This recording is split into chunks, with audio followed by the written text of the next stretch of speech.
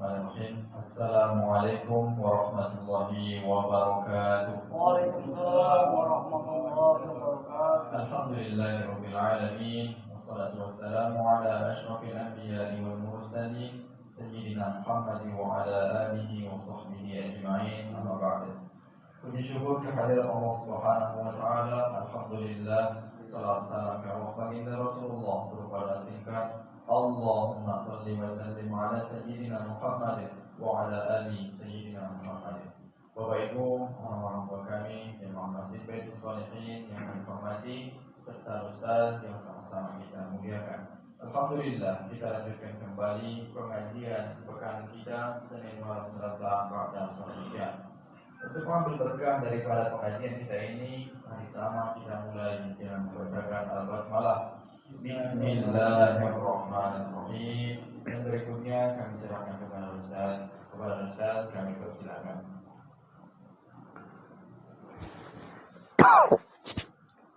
Bismillahirrahmanirrahim. Assalamualaikum warahmatullahi wabarakatuh. Waalaikumsalam warahmatullahi wabarakatuh. Alhamdulillahi rabbil alamin. Wassalatu wassalamu ala asyrafil anbiya'i wal mursalin wa ala alihi wa ashabihi ajma'in.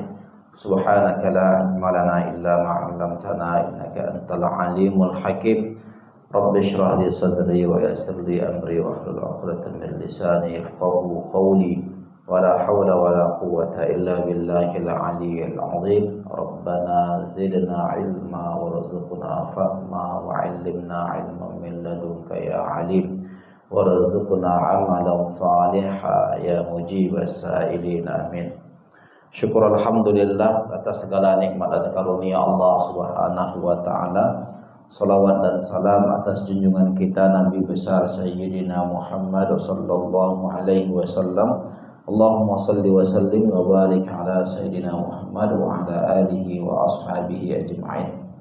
Badan Kenaziran Masjid, bapak-bapak, ibu-ibu, saudara-saudari, para penghuni surga Allah Subhanahu wa taala yang dirahmati dan dimuliakan oleh Allah Subhanahu wa taala. Kita lanjutkan kajian kita di surat Al-Baqarah. Pertemuan yang lalu kita telah membahas hingga ayat 61. Insyaallah malam ini kita bahas ayat 62 dari surat Al-Baqarah. Allah Subhanahu wa taala berfirman, A'udzu billahi minasyaitonir rajim. Bismillahirrahmanirrahim.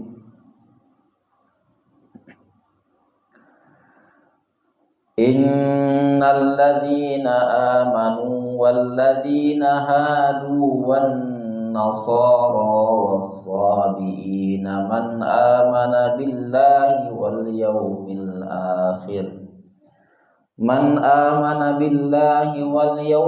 akhir wa 'amila shalihan falahum ajruhum 'inda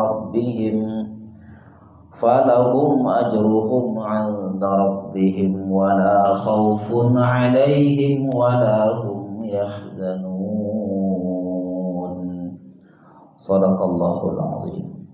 Kira-kira terjemahannya, sesungguhnya orang-orang yang beriman, orang-orang Yahudi, orang-orang Nasrani dan orang-orang Sabi'in, siapa saja di antara mereka yang benar-benar beriman kepada Allah hari kemudian dan beramal soleh, mereka akan menerima pahala dari sisi Tuhan mereka. Tidak ada kekhawatiran kepada mereka dan tidak pula mereka bersedih hati. Bapak Ibu yang dirahmati dan dimuliakan oleh Allah Subhanahu wa taala, setelah ayat-ayat yang lalu berbicara tentang orang-orang Yahudi, dan nanti juga ayat-ayat berikutnya masih juga berbicara tentang orang-orang Yahudi atau Bani Israel.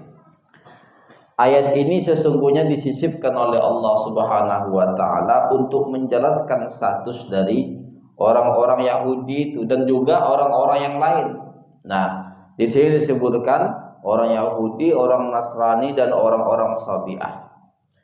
Siapa yang beriman dari mereka ni siapa yang beriman kepada Allah dan hari akhir, beramal saleh, maka mereka mendapatkan pahala di sisi Allah Subhanahu wa taala. Ada yang salah paham terkait dengan ayat ini. Dan juga nanti ayat-ayat yang lain, di antaranya surat Al-Maidah.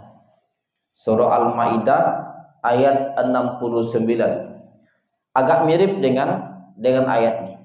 Innal ladzina amanu wal ladzina hadu was-sabiuna wan nasara man amana billahi wal yaumil akhir wa 'amila shalihan fala khaufun 'alaihim wa la hum yahzanun.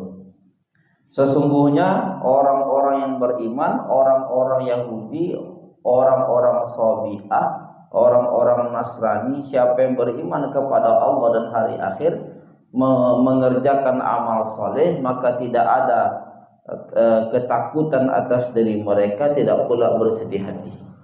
Nah, itu di dalam surat Al-Maidah ayat 69. Jadi sebahagian orang menyatakan ini membuktikan bahwa agama yang lain itu benar juga. Mengapa? Karena Allah mengatakan di dalam ayat ini, orang yang beriman, orang Yahudi, orang Nasrani, orang Sabi'ah, beriman kepada Tuhan mereka, beriman kepada Allah, hari akhirat, melakukan amal soleh, maka mereka mendapatkan pahala.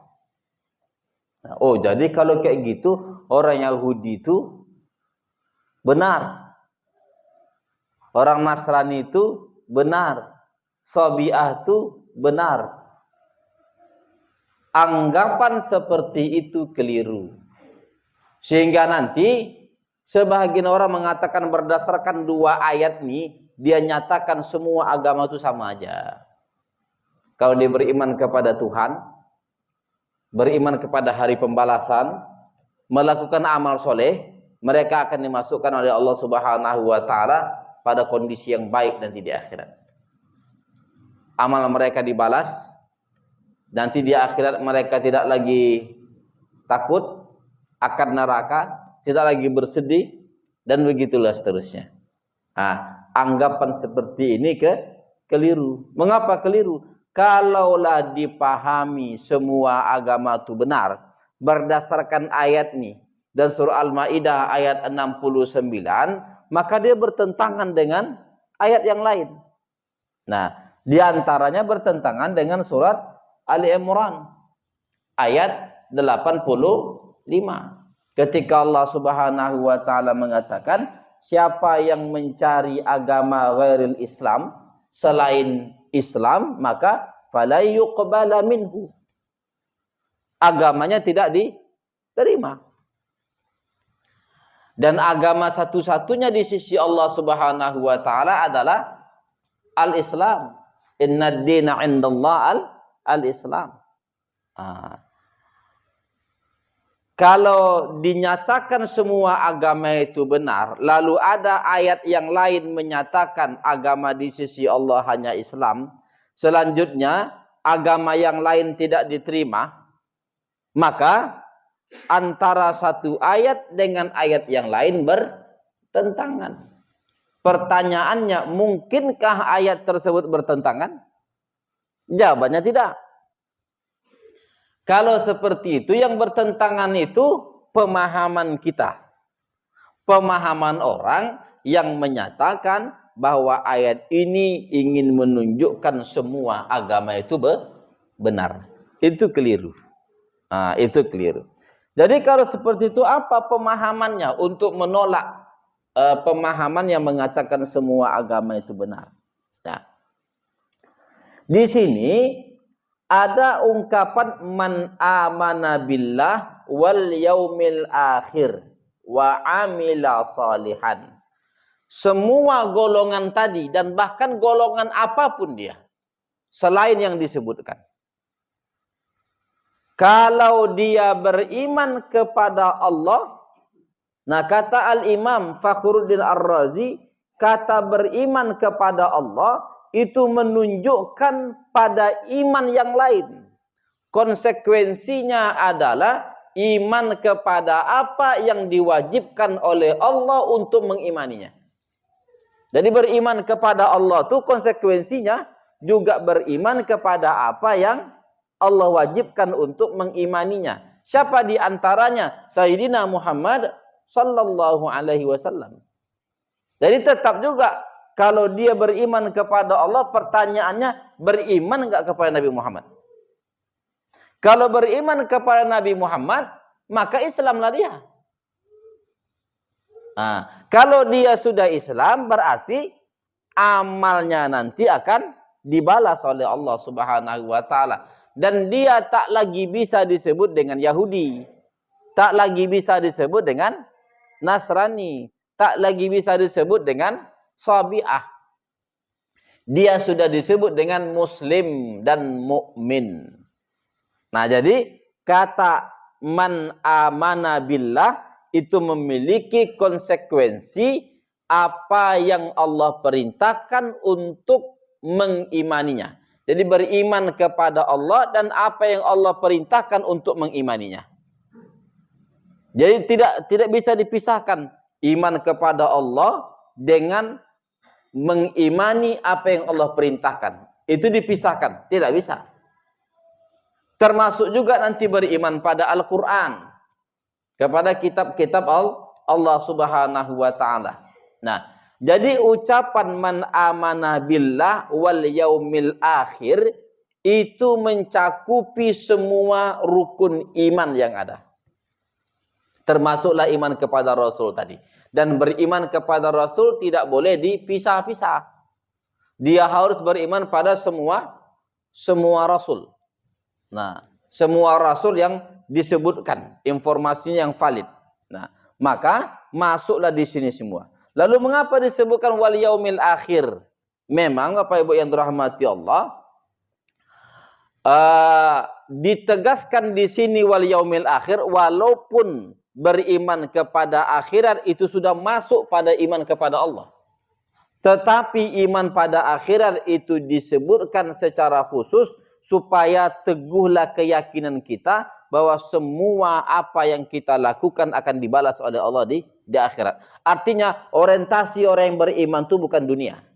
Orientasi orang yang beriman itu adalah akhirat. Nah, jadi semua yang dilakukannya di permukaan bumi ini itu tidak berorientasi pada dunia. Apapun balasannya, sebesar apapun dia, sebaik apapun balasan di dunia ini, itu bukan menjadi orientasi kita. Orientasi kita nanti di akhirat. Apapun yang kita lakukan. Nah, jadi makanya disebut wal yaumil akhir. Lalu wa amila salihan, beramal soleh. Telah mungkin kita jelaskan pada beberapa pertemuan yang lalu bahwa semua amal soleh itu tidak akan pernah diterima oleh Allah kalau tidak dilandasi dengan iman.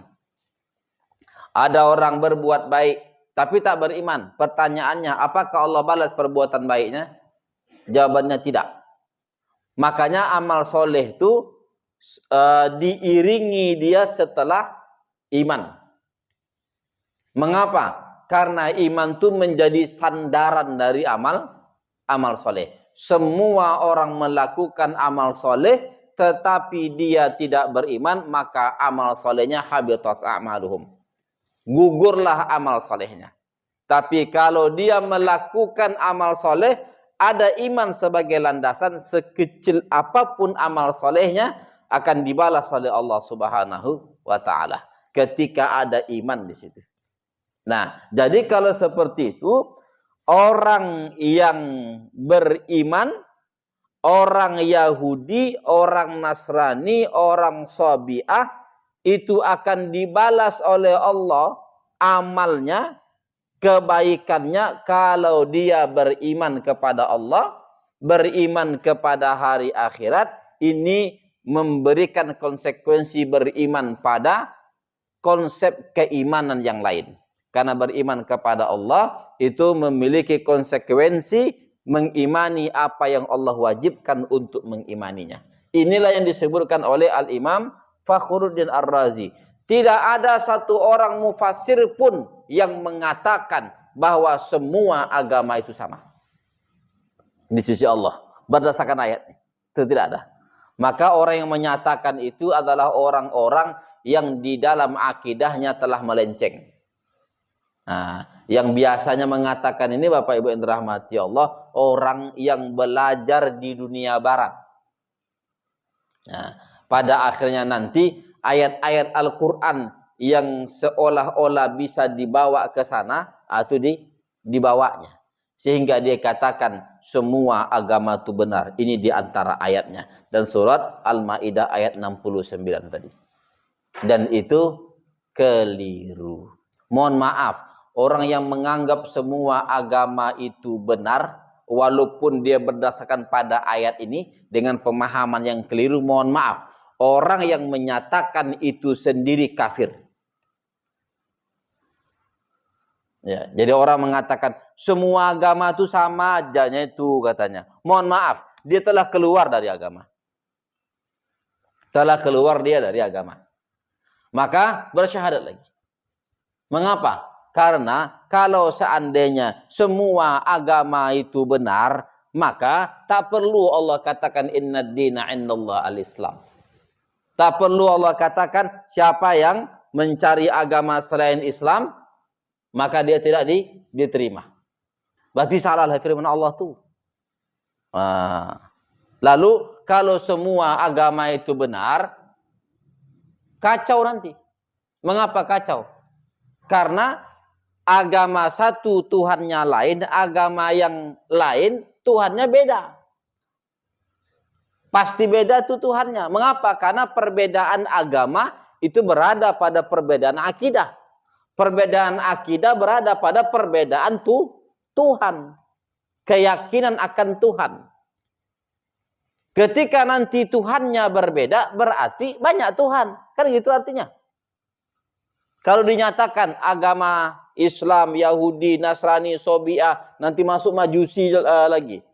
Itu semua agama itu benar. Padahal Tuhan mereka ini beda-beda. Berarti konsekuensinya dia harus mengatakan Tuhan yang ada itu, yang berbeda-beda itu semuanya benar. Semuanya menjadi Tuhan. Pertanyaannya kalau kayak gitu banyaklah Tuhan tuh. Kalau banyak Tuhan tuh apa tak bertumbuh orang tuh? Ya. Karena yang satu mau menetapkan A, yang lain tak mau. Aku mau menetapkan B.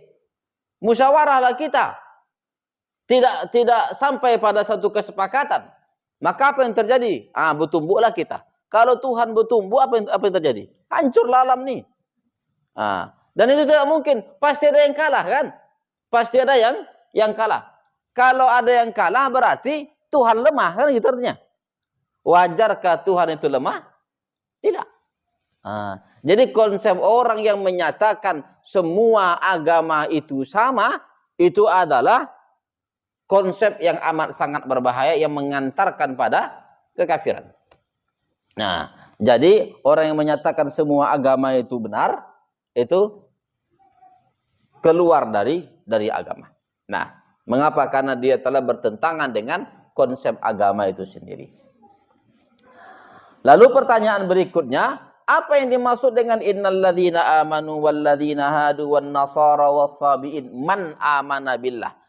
Sesungguhnya orang yang beriman, orang Yahudi, orang Nasrani, orang Sabi'ah, siapa di antara mereka ini beriman kepada Allah? Kalau seandainya disebutkan sesungguhnya orang yang beriman, lalu diiringkan pada Yahudi, Nasrani, dan Sabi'ah, ini menunjukkan bahwa mereka itu semuanya setara. Dan siapa saja yang beriman dari mereka, bukankah tadi telah disebutkan iman? Berarti sama juga imannya seperti orang Yahudi, orang Nasrani, orang Sabi'ah. Nah, itulah kesimpulan sebahagian orang untuk menyamakannya. Tidak berbeda. Mengapa? Karena innalladzina amanu, sesungguhnya orang-orang yang beriman, yang dimaksudkan di sini, sebahagian besar ulama tafsir menyatakan bahwa iman di situ adalah iman orang yang menyatakan iman. Yang sesungguhnya dia tidak beriman. Berarti kalau istilah kita orang munafik. Nah, jadi ayat ini ingin mengatakan innalladzina amanu, sesungguhnya orang-orang yang menyatakan iman padahal iman belum masuk ke dalam dirinya.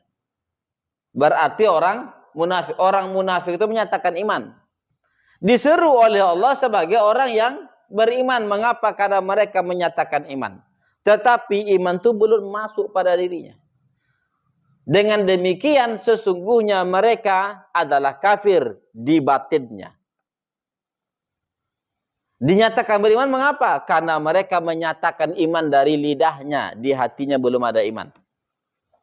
Dengan demikian maknanya innalladzina amanu, sesungguhnya orang-orang munafik. Nah, itulah maknanya. Walladzina hadu, dan orang-orang Yahudi. Wan nasara, orang-orang Nasrani. Wasabiin, dan orang-orang sabiin. Siapa yang beriman kepada Allah berarti masuk Islam. Artinya masuk Islam dengan sebenar-benarnya. Beriman kepada hari akhirat, beramal soleh, akan dibalas oleh Allah Subhanahu wa taala. Itulah makna ayat ini. Nah, dan ini dianun oleh sebahagian besar ulama terkait dengan ayat ini dan surah Al-Maidah tadi, ayat 69 tadi. Nah, atau penafsiran yang kedua. Penafsiran yang kedua, kata Al-Imam Fakhruddin Ar-Razi. Nah, bahwa innalladzina amanu, orang-orang yang beriman di situ adalah amanu qabla mab'atsi Muhammadin bi'Isa alaihi wassalam ma'al bara'a an abatil yahud wan nasara. Adalah orang-orang yang beriman kepada Nabi Isa sebelumnya dan nabi-nabi yang lain sebelum pengutusan Sayyidina Muhammad sallallahu alaihi wasallam. Nah, jadi kalau seperti itu, orang ini pun masuk dalam kategori orang di luar Islam. Tapi mereka itu menyatakan beriman kepada Nabi. Berbeda dengan orang Yahudi, bahkan berbeda dengan orang Nasrani. Mengapa? Walaupun sama-sama mengimani Nabi Isa, cuman mereka itu berada pada sesuatu yang orisinil dari agama mereka. Sedangkan Nasrani disebutkan Nasrani karena melencengnya. Mereka tetap berada pada ajaran yang benar dari ajaran Nabi Isa. Mereka mengimani Nabi Isa itu sebagai Nabi. Kan benar nih, sama seperti kita. Cuman mereka belum beriman kepada Sayyidina Muhammad sallallahu alaihi wasallam itu saja. Ada kewajiban pada mereka untuk beriman kepada Nabi Muhammad sallallahu alaihi wasallam. Karena Nabi Muhammad sudah ada. Maka semua orang yang beriman kepada atau yang berada pada agama-agama sebelum Nabi Muhammad SAW, semua orang itu kalau sudah hadir baginda Muhammad SAW diwajibkan untuk beriman kepada Sayyidina Muhammad SAW. Nah, jadi innalladzina amanu pada penafsiran yang kedua, kata Al-Imam Fakhruddin Ar-Razi, itu adalah orang-orang yang beriman kepada kepada Nabi Isa sebelum pengutusan baginda Muhammad SAW. Lalu apa bedanya dengan Nasrani? Bedanya dengan Nasrani bahwa Nasrani itu sudah disebut sebagai Nasrani. Kalau dia disebut sebagai Nasrani berarti dia melenceng. Dia sudah menjadikan Nabi Isa itu sebagai Tuhan. Nah, tapi kalau yang ini tidak. Ini masih berada pada keyakinan Nabi Isa itu sebagai Nabi. Berarti imannya benar. Kalau seandainya Nabi Muhammad belum diutus, imannya benar. Nah, kalau saya Nabi Muhammad belum diutus. Tapi kalau sudah diutus Nabi Muhammad, imannya menjadi tak benar. Mengapa? Karena ada kewajiban pada mereka untuk mengimani Sayyidina Muhammad sallallahu alaihi wasallam. Nah, dua penafsiran ini penafsiran yang terkuat. Walaupun nanti ada penafsiran yang ketiga. Nah, tapi dua penafsiran ini penafsiran yang terkuat terkait dengan ayat ini. Jadi ketika Allah mengatakan innalladzina amanu, sesungguhnya orang-orang yang beriman, itu bukan macam kita, Pak. Bukan orang yang bersyahadat dengan dua syahadat, asyhadu an la ilaha illallah wa asyhadu anna Muhammadar Rasulullah. Nah, tetapi orang yang bersyahadat di lidahnya, kafir di hatinya, itu munafik. Berarti pada hakikatnya mereka kafir. Mereka sama seperti Yahudi, Nasrani, Sabi'ah. Nah, selanjutnya penafsiran yang kedua, mereka beriman kepada Nabi Isa sebagai nabi.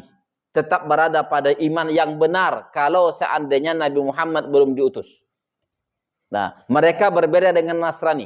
Berbeda dengan Nasrani. Apalagi dengan Yahudi. Berbeda. Nah, kalau Nabi Muhammad belum diutus, mereka ini disebut dengan orang yang beriman. Tapi kalau Nabi Muhammad sudah diutus, maka mereka harus mengimani Sayyidina Muhammad sallallahu alaihi wasallam. Nah, jadi kalau seperti itu, orang-orang yang seperti ini dan orang-orang Yahudi, Nasrani, Sabi'ah, kalau mereka beriman kepada Allah dengan konsep keislaman, beriman kepada hari akhirat, beramal soleh, bagi mereka mendapatkan pahala di sisi Allah. Nah, jadi kelirulah orang-orang yang memahami ayat ini sebagai semua agama benar. Nah, ternyata yang menyatakan demikian Bapak Ibu yang rahmatullah bukan alumni barat saja, Pak. Ada sebahagian alumni Timur Tengah. Dulu saya punya kakak kelas di Mesir. Orangnya pinter, orang pinter. Nah, tetapi sistem belajarnya sistem membaca dan sistem berpikir. Pada akhirnya dia berpikiran sama seperti tadi. Jadi pemikiran barat itu pada akhirnya diambil oleh dia. Nah, sekarang kelas itu menjadi duta besar di Tunisia pada hari ini, pada saat ini.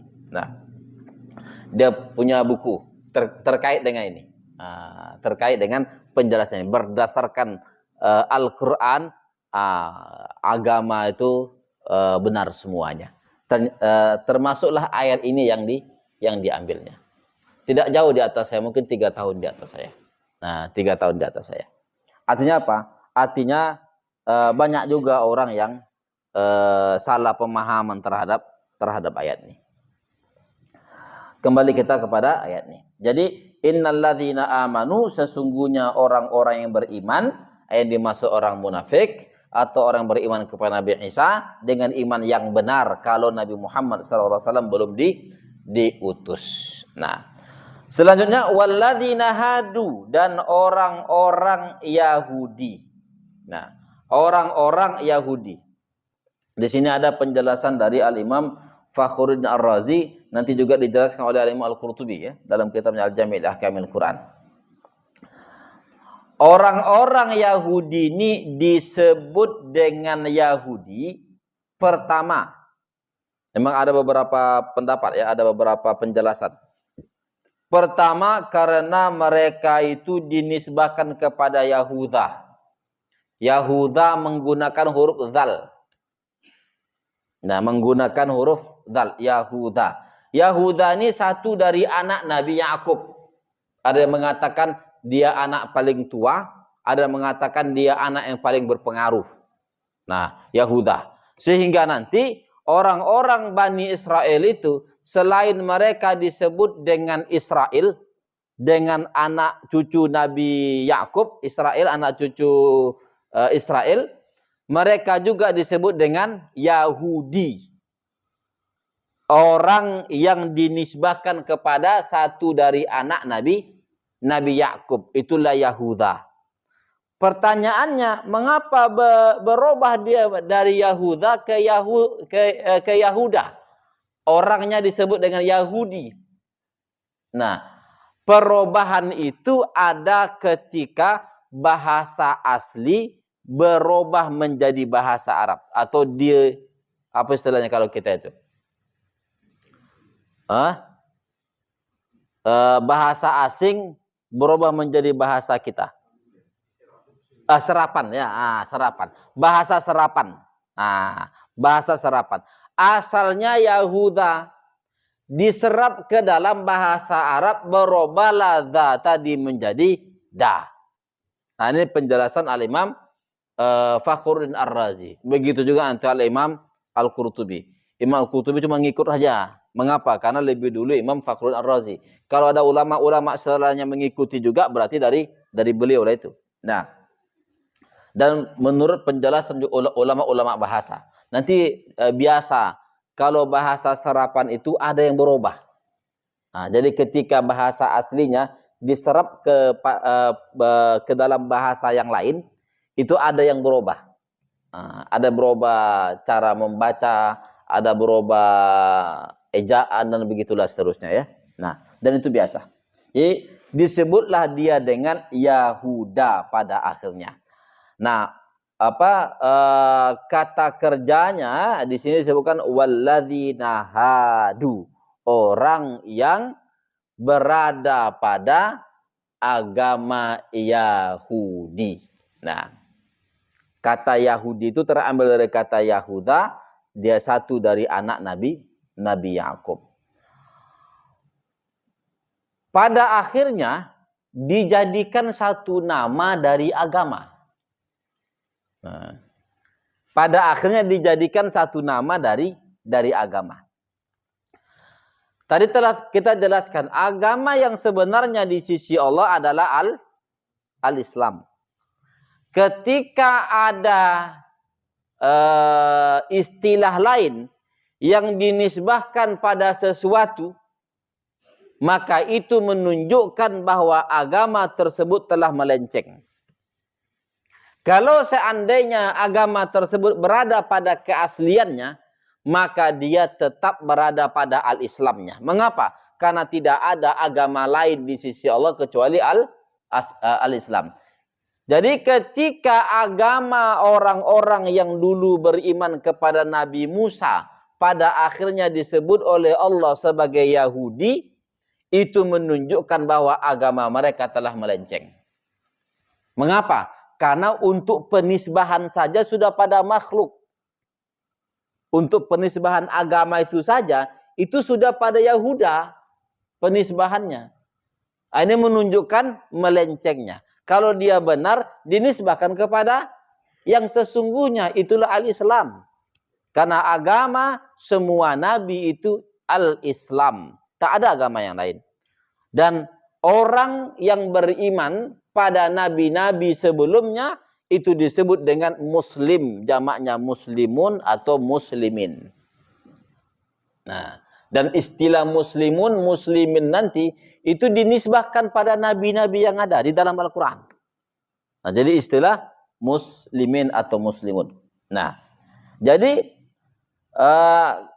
walladzina hadu, dan orang-orang yang menganut ajaran Yahudi, kata Yahudi itu dinisbahkan kepada Yahuda, satu dari anak Nabi Yakub. Ini menunjukkan melencengnya. Ada lagi yang mengatakan kata walladzina hadu, kata hadu itu bermakna kembali, raja'ah. Nah, yakni tabu wa raja'a min ibadatil ijl. Mereka bertaubat kembali kepada Allah dari menyembah anak sapi. Nah, dulu kan sebahagian Bani Israel itu kan menyembah anak sapi.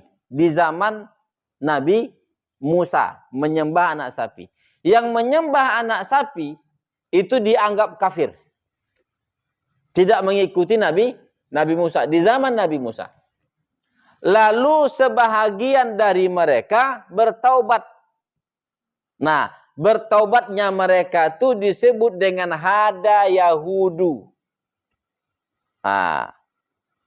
Maka disebutlah mereka itu Yahudi. Mengapa? Karena telah bertaubat dari dosa itu. Tetapi walaupun mereka berada pada agama Nabi Musa, ketika hadir Sayyidina Muhammad sallallahu alaihi wasallam harus beriman kepada Nabi Muhammad sallallahu alaihi wasallam. Nah, ini nanti di dalam surah Al-A'raf ayat 156 Allah menjelaskan terkait dengan istilah hada Yahudu ini. Ada ucapan inna hudna ilaika. Itu ucapan Bani Israel. Inna hudna.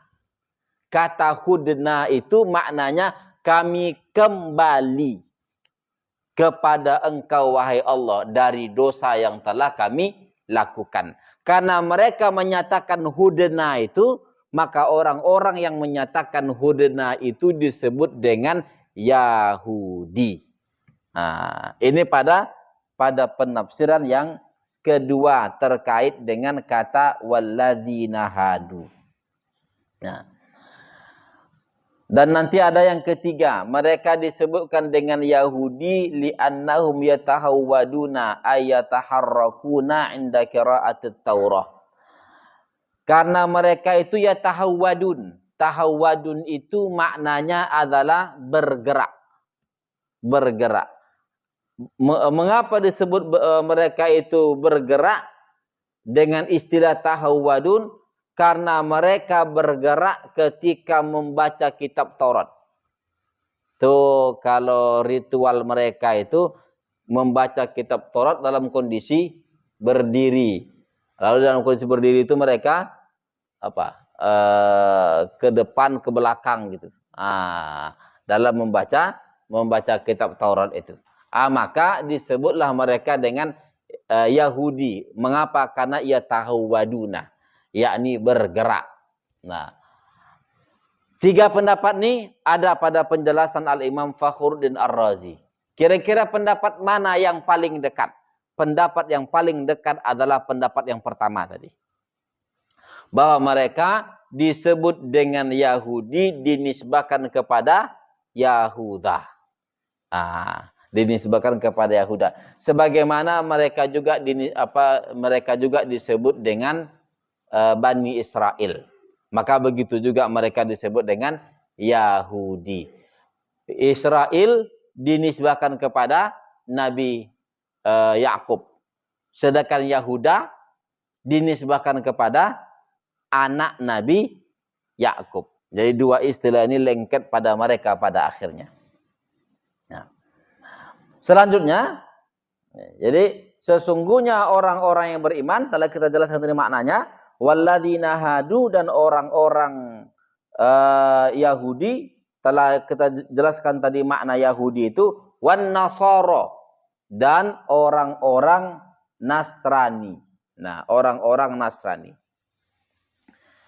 Kata Nasrani ini pun dijelaskan dengan berbagai versi.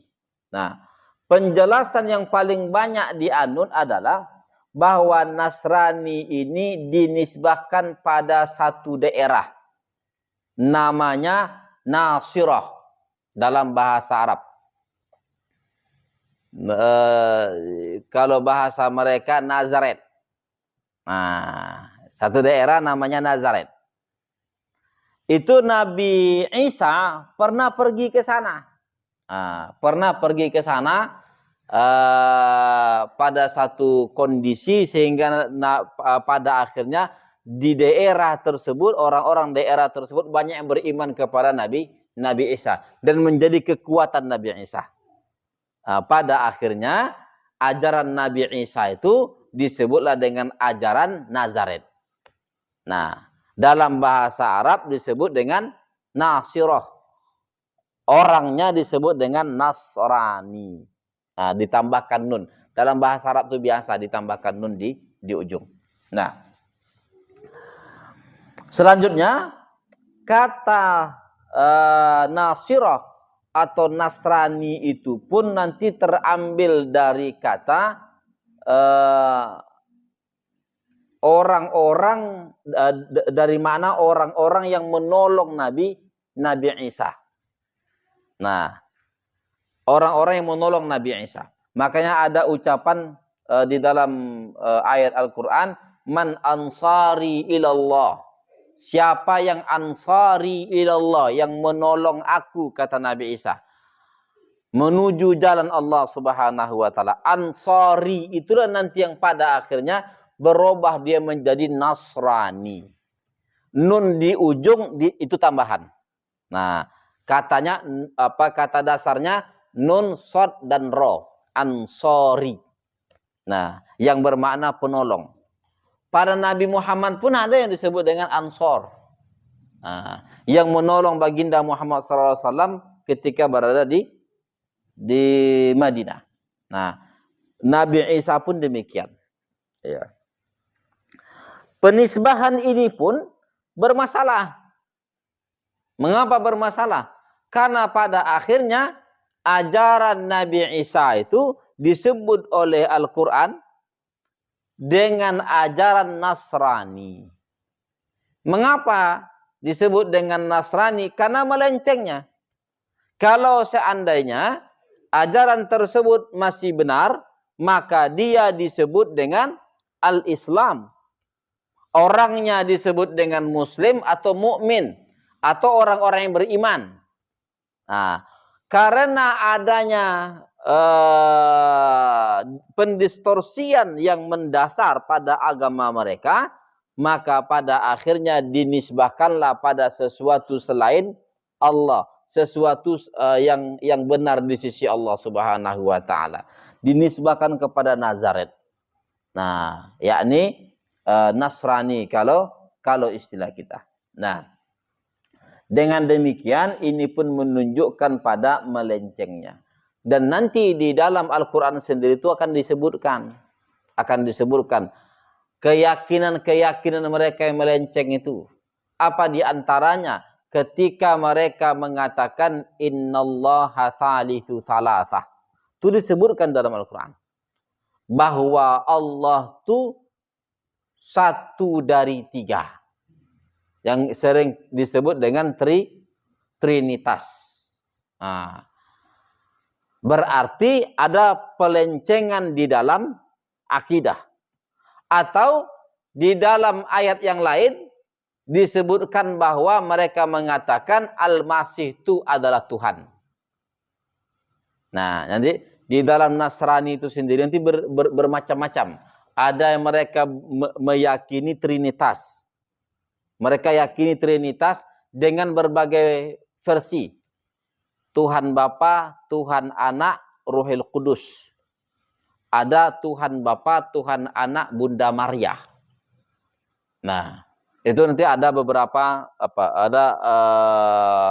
sekte-sektenya.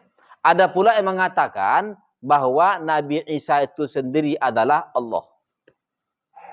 Nah, jadi Allah yang telah berubah menjadi manusia. Tuhan yang berada pada diri manusia. Itu Jabarut yang telah masuk pada Nasut. Nah, Jabarut itu menggambarkan ketuhanan. Dia masuk ke dalam Nasut. Nasut itu kemanusiaan. Jadi bersatu antara Tuhan dengan manusia. Itu yang mengatakan bahwa Allah, Nabi Isa itu adalah Tuhan. Nah, Tuhan itu sendiri. Memang tidak Trinitas. Nah, makanya nanti di dalam Nasrani itu ada aliran Nasturia, ada aliran Yakubia, ada aliran-aliran yang lain. Nah, aliran-aliran ini itu berdasarkan pada Trinitas tadi atau pada konsep-konsep yang lain. Karena memang di Nasrani itu banyak macamnya. Dan itu diceritakan di dalam Al-Quran. Pelencengan itu. Bahkan pelencengan mereka itu berada pada anggapan Tuhan itu seperti apa. Nah, jadi kalau kayak gitu berbeda nggak Tuhan kita dengan Tuhan orang itu? Berbeda. Nah, berbeda. Konsep ketuhanan kita dengan ketuhanan mereka itu berbeda. Perbedaan konsep itulah nanti yang membuat perbedaan Tuhannya. Jadi kalau seperti itu, taklah sama antara Tuhan Islam dengan Tuhan Nasrani. Begitu juga Tuhan Yahudi, dan begitu. Mengapa? Karena perbedaan konsep di dalam keyakinan kita terhadap Tuhan itu menunjukkan bahwa Tuhan itu sendiri berbeda. Nah, maka tidak bisa disamakan. Nah, walaupun asalnya itu sama-sama la ilaha illallah, itulah asalnya. Cuma mereka telah menyelewengkan la ilaha illallah itu menjadi trinitas. Mereka jadikan Tuhan yang lain sebagai Tuhan. Mereka jadikan Nabi Isa sebagai anak Tuhan atau Tuhan anak. Kalau Yahudi, mereka jadikan Uzair atau Nabi Uzair itu sebagai anak Tuhan. Berbedalah kalau kayak gitu Tuhan kita. Tuhan dia bisa beranak. Tuhan kita lam yalid walam yulad. Jadi ada perbedaan yang signifikan antara Allah yang menjadi Tuhan kita, Allah yang menjadi Tuhan mereka. Atau dalam Yahudi Yahweh. Yahweh yang menjadi Tuhan mereka itu berbeda. Karena mereka masih berkeyakinan Tuhan mereka itu bisa punya anak. Kalau anak Tuhan berarti anak Tuhan itu ya anak yang menjadi Tuhan juga kan. Kalau Tuhan punya anak berarti ada dua Tuhan. Nanti ada maknya. Berarti ada tiga Tuhan kalau seperti itu. Karena tak mungkin Tuhan itu menikah dengan selain Tuhan. Karena mungkin tuh. Dan begitulah seterusnya. Nah, kembali. Jadi penyebutan Nasara di sini menunjukkan melencengnya itu. Menunjukkan melencengnya ajaran Nasrani itu. Selanjutnya wasabiin. Sabi'ah dan orang-orang Sabi'ah. Ajarannya disebut dengan Sabi'ah. Orangnya disebut dengan Sabi'in atau Sabi'un. Istilah Sabi'un nanti ada di dalam surat Al-Maidah tadi. Nah, adalah ketetapan Allah Subhanahu wa taala. Itu yang jadi masalah. Kalau seseorang itu sudah yakin bahwa semua yang terjadi itu Allah Subhanahu wa taala yang menetapkan, maka tidak ada lagi bersedih pada apa yang telah terjadi. Mengapa? Karena itu semuanya ketetapan Tuhan. Dan kita tidak bisa menolaknya. Selanjutnya, kita tidak akan pernah takut pada apa yang akan terjadi. Mengapa? Karena itu semuanya ketetapan Tuhan. Jadi orang yang masih risau pada apa yang terjadi di masa akan datang dan masa telah lalu, itu bermasalah pada iman kepada takdir. Iman kepada takdirnya itu masih masalah. Dia masih meletakkan takdir di tangannya. Itu kesalahan manusia. Masih meletakkan takdir di tangannya. Takdirku ada di tanganku. Kalau dalam bahasa syariat itu tidak jadi masalah. Tapi kalau dalam bahasa hakikat itu jadi masalah. Takdirmu bukan di tanganmu. Takdirmu pada kuasa Allah Subhanahu wa taala. Apa buktinya? Buktinya sebelum kita bisa menentukan kita mau seperti apa, kita itu ternyata telah diarahkan oleh Allah. Dulu ketika kita lahir bisa nggak ngapa-ngapain? Mana bisa? Siapa yang menjalankan kita sampai pada saat ini? Ya Allah Subhanahu wa taala. Itu menunjukkan bahwa takdir kita tidak berada di tangan kita. Takdir kita berada pada kuasa Allah Subhanahu wa taala. Sudah, serahkan saja. Jadi orang-orang yang pada akhirnya mantap keimanannya, amalnya baik, pada akhirnya Allah Subhanahu wa taala jadikan dia tidak lagi memiliki rasa kekhawatiran pada masa yang akan datang, tidak pula bersedih pada apa yang telah terjadi. Nah, yang terakhir terkait dengan Yahudi dan Nasrani ini dibahas oleh Al-Imam Al-Qurtubi di antaranya.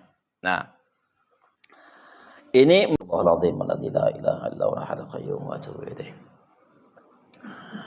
Alhamdulillah rabbil alamin wassalatu wassalamu ala asyrafil anbiya'i wal mursalin wa ala alihi wa ashabihi ajma'in. Allahumma a'inna ala dzikrika wa syukrika wa husni ibadatik. Rabbana la tuzigh qulubana ba'da idh hadaitana wa hab lana min ladunka rahmah innaka antal wahhab. Rabbana atina fid dunya hasanah fil akhirati hasanah wa qina adzabannar. Wa sallallahu ala sayyidina Muhammad wa ala alihi wa sahbihi wasallam. Walhamdulillahi rabbil alamin. Assalamualaikum warahmatullahi wabarakatuh. Bapak Ibu orang-orang jemaah masjid besar yang terhormati dan yang hadir di sini mulai membacakan basmalah dan yang sudah membacakan hamdalah. Alhamdulillahirabbil alamin. Assalamualaikum warahmatullahi wabarakatuh. Waalaikumsalam.